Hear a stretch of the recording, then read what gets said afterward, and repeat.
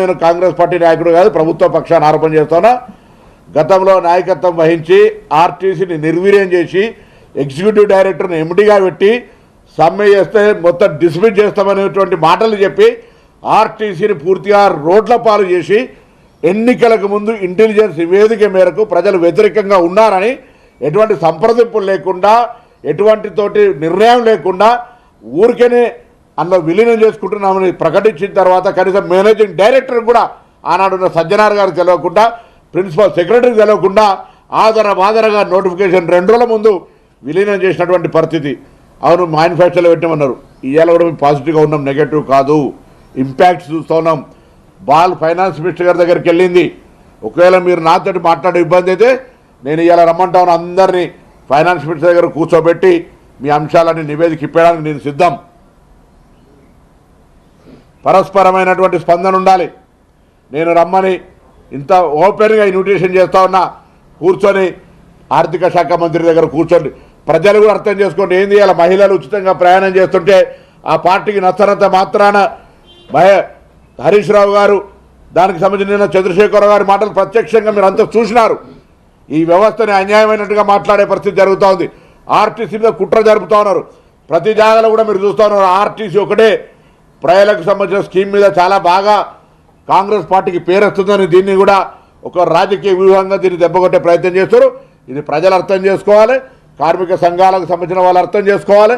మేము మళ్ళీ చెప్తా ఉన్నాం, ఎవరి మీద వ్యక్తిగతంగా ఎవరి మీద సంస్థాపరంగా ఎక్కడ కూడా అంశాల పట్ల వేరే ఇతరత్ర ఆలోచన లేదు.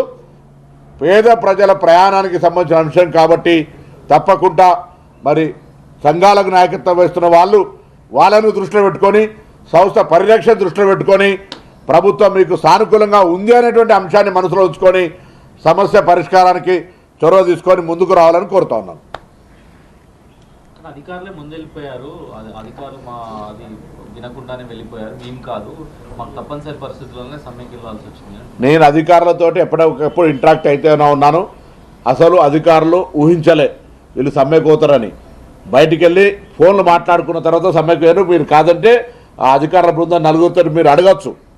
మాట్లాడి 4 గంటల పేషెన్స్ హియరింగ్ చేసిన తర్వాత వాళ్ళు పూర్తిగా ఒక అన్ని అవగాహన కలిగించుకొని తప్పకుండా మేము గౌరవ ఉప ముఖ్యమంత్రి గారు రాష్ట్రంలో లేరు, మాట్లాడిన తర్వాత మీకు చెప్తామని చెప్పినారు. ఇక్కడ ఉండి వేరు 4 రోజుల నుంచి వారు చెన్నైలో ఉన్నారు.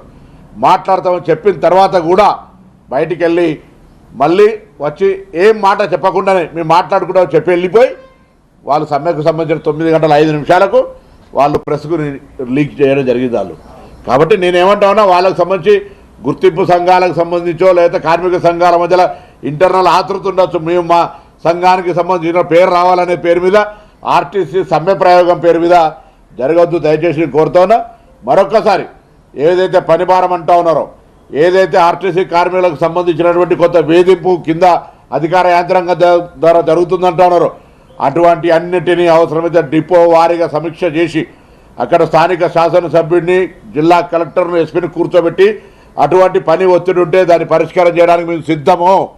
మళ్ళీ చెప్తా ఉన్నాము, ఉద్యోగులను ఏదో వేధించాలనే ఆలోచన మాకు లేనే లేదు. వాళ్ళ సంక్షేమం కొరకు ముందు నుంచి చూడాలని మంత్రి అయినప్పుడు చెప్తా ఉన్నా. మేము కూడా కింది స్థాయి నుంచి వచ్చినాం. కార్మికులకు సంబంధించిన ఆర్టీసీ సంస్థ యొక్క పని విధానాలు, అందులో పనిచేసేటువంటి కుటుంబాలు అనేకమైనటువంటివి నాకు సన్నిహితంగా ఉన్నటువంటి నా నియోజకవర్గం కావచ్చు, రాష్ట్రం కావచ్చు, 20-30 సంవత్సరాల ప్రజా జీవితం లోపల వాళ్ళతో అనేక సందర్భాలు ఇంటరాక్ట్ అయినాం. కాబట్టి ఎటువంటి 1% కూడా కక్ష సాధింపు కానీ వేధింపు ఆలోచన లేనటువంటి ప్రభుత్వంగా నేను తప్పకుండా ఈ ప్రభుత్వాన్ని అప్రిషియేట్ చేస్తా. నా ముఖ్యమంత్రి గారు కానీ ఉప ముఖ్యమంత్రి గారు కానీ లేదు.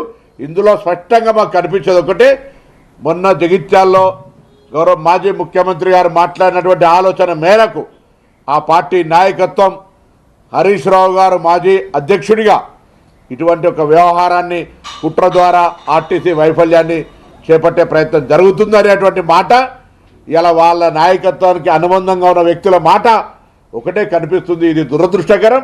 నేను మరొక్కసారి